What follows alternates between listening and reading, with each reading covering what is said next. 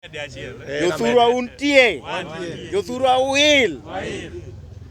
Nasomo gazette mar Standard last time kuma Nouru oluonge leaders more support. Jathurwa king'ama riek titiyo gi wi list manogol mag presidential candidate mek ng'awa mek Ouru. Beni nene wi jaluo kalimbe wi gazedno. Benu nene wi jaluo kalimbe wi mesa mane Ouru obedi. To karo rengo gi ni dwarang'o. Orengo gi ni dwarang'o. Nikech ok wanyal keto ni seche ma ji nie tebo to wan ogwewa oko tigonwa koko piny maru. Kwani jaluo apenjou, jaluo osechopo kuma ka ji bede tebo tigole oko en ok kete. Ni waneno mana wi Jakisi, waneno mana wi Mluya, waneno mana wi Mkamba, waneno mana wi Mkikuyu, alafu ibiring'isa ni bwana ni Ruto ok ti. Bwana nyaka wabeduru joma wigi ochiek. Nyaka wabeduru joma ong'e kuma dhiye.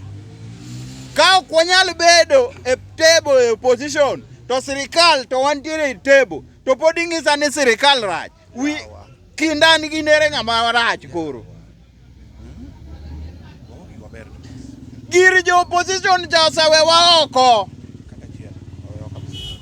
To pod James Orengo gi Babu Owino mwakia kata thurgi. Gonwa koko. Mondo wadhi kuma wakia because of his tumbokrat mare.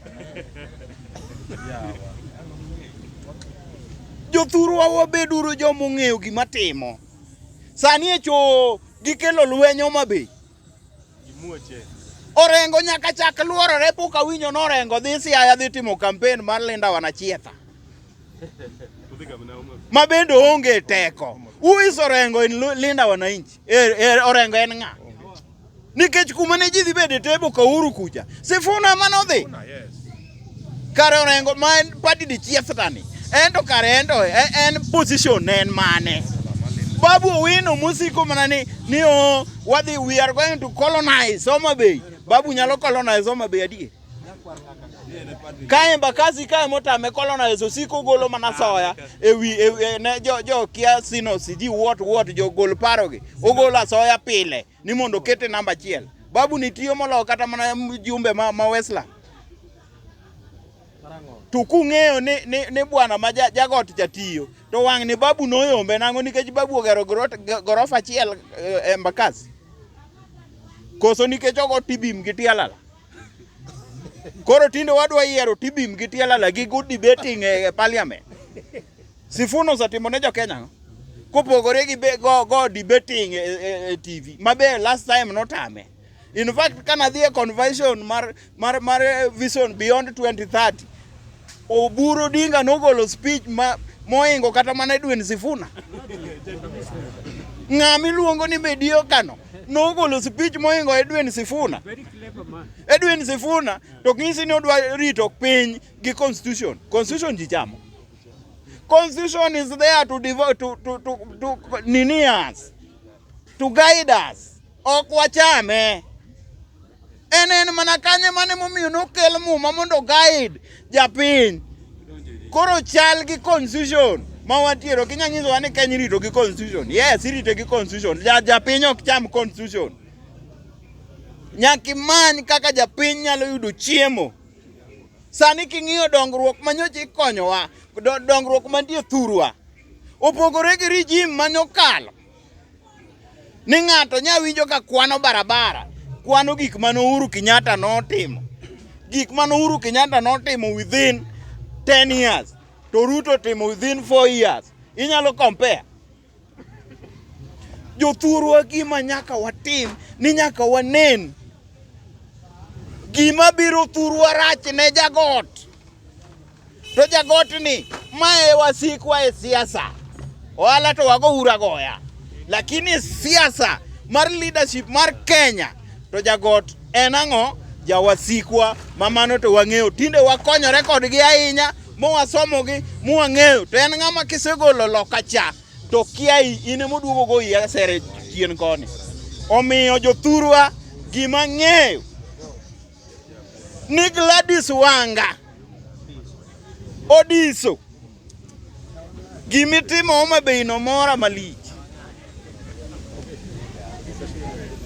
Yani ng'ami wacho ni dhaka mondi donje county ne 20 iluongo jo media di 20 kapok ichopo. Emomiyo anyisi ni jogo hero drama. Ne Samatin media press. Mana ne dhako misiko mana ne dhaka. Omera Gladys ng'ama tek omera. Gladys adwaro ni kendo mane momi wadwa ni bed two-term governor. Nikech waneno tiji tek bendi tek. Machuo kirni akira. Orengo. Bwana ng'amu ng'e Gladys na en Evans Kidero ng'e Gladys maber kabisa. Ong'e maber kabisa. Uyugi magwango ng'eyo mineno seche moko bagni ni. Ong'e Gladys kobedo supported ng'eni number 1 supporter ne nong'ondo were. Sani okawo ng'amiluongo ni Kaluma. Iluongo ni party chairman ma Homa Bay County. Uburo yie. Wakili support Gladys nyaka giko. Mano pondo Kaluma. Taneno ka majority leader ma Homa Bay bende choe, lakini eto kanyal support nikech dongruok otame tero ne jopiny. Ogindo dongruok otamo microphone to kimiye kama. Omeri uoni ng'ama luokore gi shawa e ode to kata sitima onge thurgi. Wayie ni MCA to kel gini. Adwa ni mondo adhi e thurwa ma constituency matin jothurwa kuyiena. Ndhiwa constituency Wuod Chief osetiyo higa 10 sani. Lakini pok waneno gima mjumbe nyalo siemo wanwa ni ma to kora timo higa 10. Taneno ka jomoko bende go suku ni ogindo ni mondo koro ka Wuod Chief kata koro we Wuod Chief. Kopo no ginde mudwa keto e mjumbe. Weuru Wuod Chief obed kanyo. To kaber kabisa jandhiwa ng'ama wiye tiyo.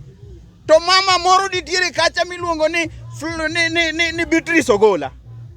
Mama mano kedo ne university mane Raila odhi monyono nyaka Lu Foundation.